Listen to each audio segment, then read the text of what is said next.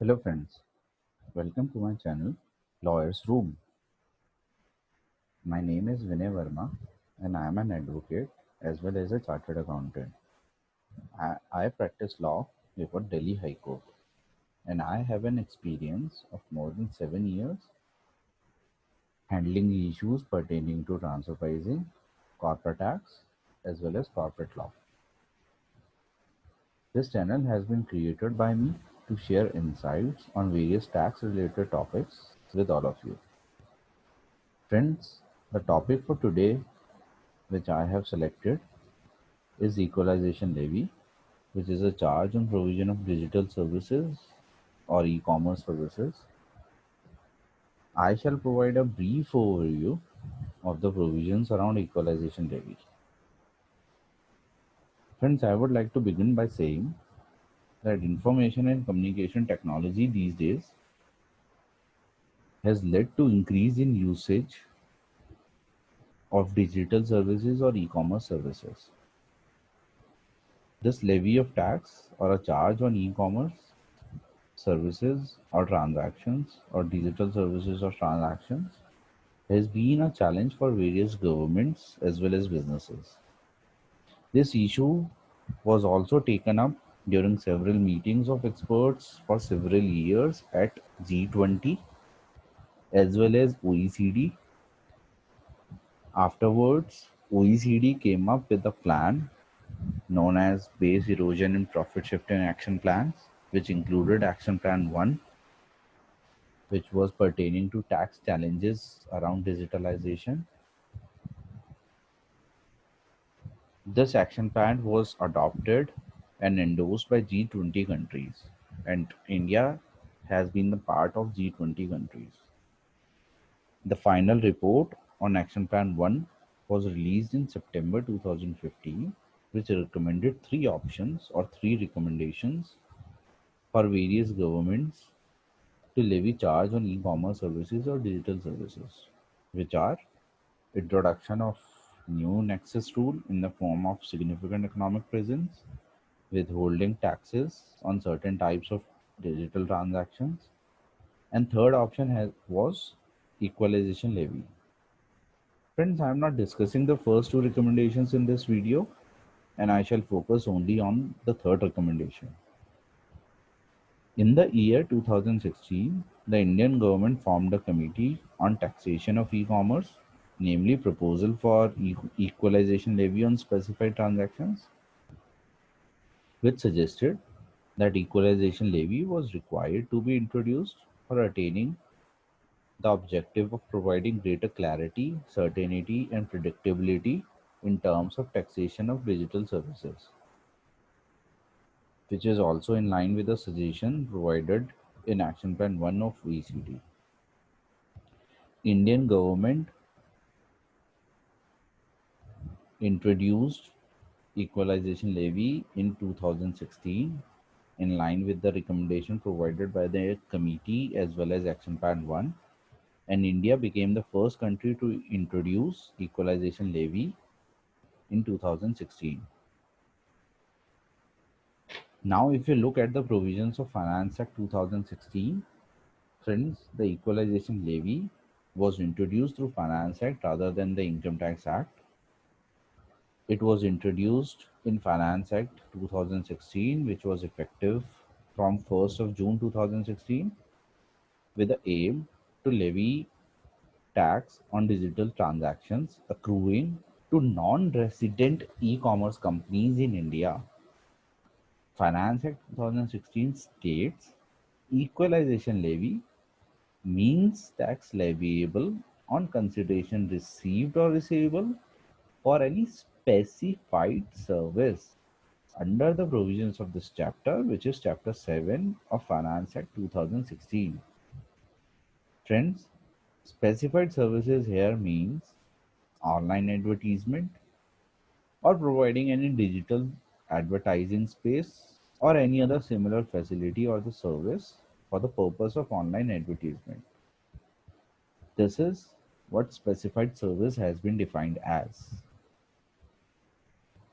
Such services have been chargeable at the rate of 6% on the consideration received or receivable for specified services, which has been explained just a while back, provided on or after 1st of June 2016. The equalization levy is chargeable only when the amount of specified services exceeds 1 lakh rupees supplied by a non-resident but not having any permanent establishment in India. So if a non-resident is a permanent establishment or the services are connected through a permanent establishment which is in India, then the provisions of equalization levy are not applicable. In Finance Act 2016, the Indian government focused only on the advertising space or any online advertisement which has been provided by a non-resident e-commerce company in India or targeted to the customers which are located in India. Then equalization levy came into picture, and the rate which has been prescribed in Finance Act 2016 for advertising space or any online advertisement being provided by non-resident e-commerce company is 6%. Threshold limit which has been kept by Indian government on such specified services is very low, which is zero point 0.1 million rupees supplied by any non-resident. The equalization levy has to be deducted by a recipient who is a resident in India or has a permanent establishment in India from any amount paid or payable to a non-resident in respect of such specified services, and such amount has to be paid to the Indian government by 7th day of the month immediately following the calendar month in which the sum has been deducted. Friends, this is similar to the provisions of withholding taxes or TDS. For instance, a person making the payment for advertisement will be required to deduct equalization levy at the rate of 6% on the total amount of consideration. And in case there is any failure to deduct equalization levy and deposit the same to the Indian government, such expenditure will not be allowed for income tax purposes. If you look at the provisions which have been introduced in Finance Act 2020, the provisions of Finance Act 2016 were further amended by Finance Act 2020 by expanding the scope of equalization levy to, to cover e-commerce supply or services by a non-resident e-commerce operator. If you look at the provisions, the effective date of applicability of such provisions is 1st of April 2020. Who all persons are covered? A non-resident e-commerce operator who own, operate, manage digital or electronic facility or platform for online sale of goods or online provision of services or both, and derive revenues from such e-commerce supply or services made or provided or facilitated by it. So here if we see, the persons who are covered is first that it should be a non-resident e-commerce operator, and such e-commerce operator owns, operate or manage any digital or electronic facility or any platform for online sale of goods. So sale of goods which are made online or any services which are provided online, and the revenue has been collected related or derived from such e-commerce supply or any services. So if you look at what is the meaning of e-commerce supply or e-commerce services, it means online sale of goods owned by e-commerce operator, online provision of services by any e-commerce operator, or facilitation of online sale of goods or services, or both by e-commerce operator, or any combination of any of the three above. So if you look at what kind of services here within the meaning of e-commerce supply or services would be covered, it could be services provided by Amazon, or service or any facilitation of a social or communication like Facebook or information exchange, or digital platforms where the business enterprise provides goods or services to end customers, or any payment intermediary which facilitates banking or insurance companies with the processes relating to payments facilitation or any other similar services, or any sale made to Indian customer via foreign website, or any cloud computing platform provided to business entities. Such kind of services have been covered, and there are no limitations to such services, and this has been a very wide definition introduced by Indian government through Finance Act 2020, and there have been many clarifications or many meanings or clarity required around the definitions introduced, for which the Indian government is yet to introduce or release any clarifications with in accordance with the situation which is going on around the in the country. It is getting difficult for the Indian government to issue any clarifications as of now, but these provisions have been introduced, and the first payment cycle has just gone by. If we move back to the definitions, there are certain exclusions to this definition, which are that if non-resident e-commerce operator has any permanent establishment in India, and such e-commerce supply or e-commerce services are effectively connected to those permanent establishments, which I explained a while back, the levy of 6% would be chargeable on the specified services which were there introduced in Finance Act 2016. So the services in the nature of advertising or advertising space or advertisement online, which is covered within the definition provided in Finance Act 2016 as specified service, would continue to be liable at the rate of 6%. And here the threshold limit has been increased by Finance Act 2020. Earlier, the Finance Act 2016 stated that the specified services would be the threshold limit would be zero point 0.1 million INR. Here in Finance Act 2020, for the definition of e-commerce supply or services, and any e-commerce supply or services made, the threshold limit has been prescribed at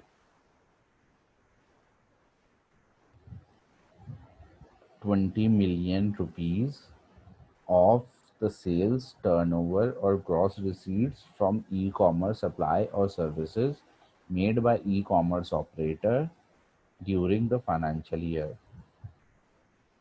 The person which are covered to whom the e-commerce operator will make or have made e-commerce supply or services are covered, and such persons include a person resident in India. So any sale of goods or services which have been directly made to a person in India, or a non-resident in specified circumstances is also covered. So if we say that a non-resident has provided advertising space to another non-resident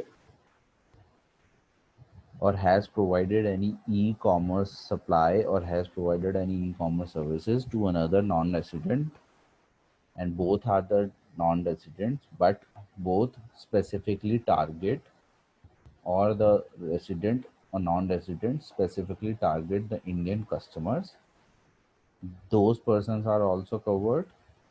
And the person who buys goods or services using an internet protocol address located in India.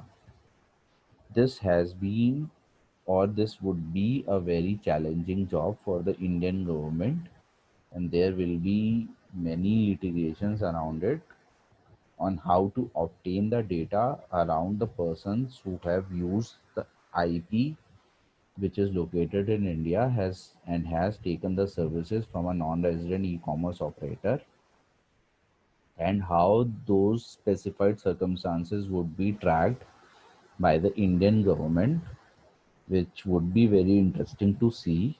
And I believe, as an advocate, there would be many litigations on such interpretations or such data which would be collected and which would be denied by the non-resident, and that would go for a litigation. So that is what is there in the future.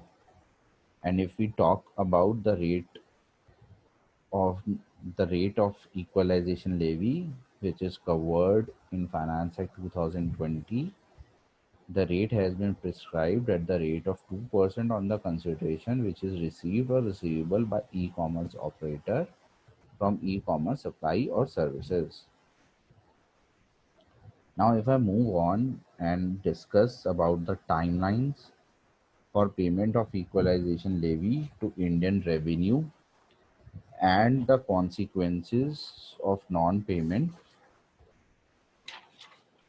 friends, unlike the earlier equalization levy, which required the levy to be deducted by the service recipient, that is the person who is resident in India, this new levy has put the responsibility for collection of equalization levy on a non-resident e-commerce operator. So the e-commerce operator who would be non-resident is required to deposit the levy of the credit to the Indian Treasury or to the Indian government on quarterly basis, which is similar to what is there in TDS or withholding taxes. So for quarter ending 30th of June, the due date of payment is 7th of July. For 30th of September, 7th of October, 31st of December to 7th of January. 31st of March has been kept as 31st of March only, which I believe would be amended later on by the Indian government, because it would be difficult to collect by 31st of March and also deposit by 31st of March to the Indian government for the non-resident e-commerce operator. Friends, here the interesting thing would be that a non-resident e-commerce operator who doesn't have a permanent establishment in India would now be required to do the compliances in India as well as do the tax registrations in India, just because that non-resident e-commerce operator is providing the services to an Indian customer and has to follow such stringent compliances and file the returns as well as deposit the amounts collected as equalization levy with the Indian government would be a very challenging task. And I believe there would be certain amendments in the coming future with respect to such requirements, or the government would come up with certain clarifications on such issue.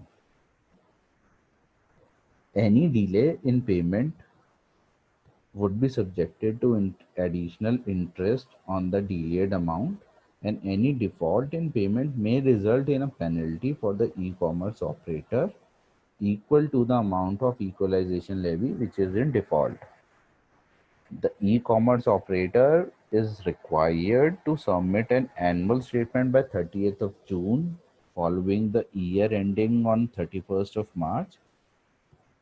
So for example, for the tax year ending 31st of March 2021, the e-commerce operator would be required to submit the annual statement by 31st of June 2021. And in case such e-commerce operator fails to file such annual statement, there would be a penalty of INR 1000 rupees per day of the continuing default. So friends, I was also talking about that this new levy, which is called as equalization levy, has been introduced through Finance Act, like the Service Tax Act was introduced, and it does not form part of the Income Tax Act or any other tax treaties, which would be also an interesting thing to see, because if it doesn't form part of the Indian Income Tax Act, then the claim for the credit of equalization levy against the tax liability in the country of residence may not be available, which will give rise to double taxation and an increase in the overall tax base of the e-commerce operator, which would be a high burden, increased burden on e-commerce operator. And such non-resident e-commerce operator now would have to think about making any supply to any Indian customer. Friends, I would also like to mention that there have been several petitions filed before Supreme Court challenging the constitutional validity of equalization levy, which are pending for disposal or hearings. This is likely to come up for hearings once the normal functioning of the court resumes. Let's see what the court states on this issue. Friends, it is a significant step taken by the Indian government to achieve tax neutrality by aiming those payments which lead to income that does not become taxable under the existing international taxation rules. And now the non-resident groups will have to evaluate the impact of equalization levy on supply of goods or services through digital means, considering the wider definition which has been introduced of e-commerce supply or services. As I mentioned earlier, there are many issues around the provisions introduced, and the Indian government is expected to issue FAQs on the same, which is awaited. Friends, I would like to conclude by saying that I hope you would have understood the brief overview of provisions of equalization levy as introduced by the Indian government in the Finance Act. Thank you for watching. Please subscribe to my channel, Lawyers Room. Also in the comments, please let me know the feedback of the video. This was the brief overview of equalization levy. If you wish to watch the detailed version, please mention the same in the comments. My contact details are also mentioned. In case you have any doubt, you can mail me at lawyersroom2020@gmail.com, and I would be happy to provide my inputs on the same. Thank you.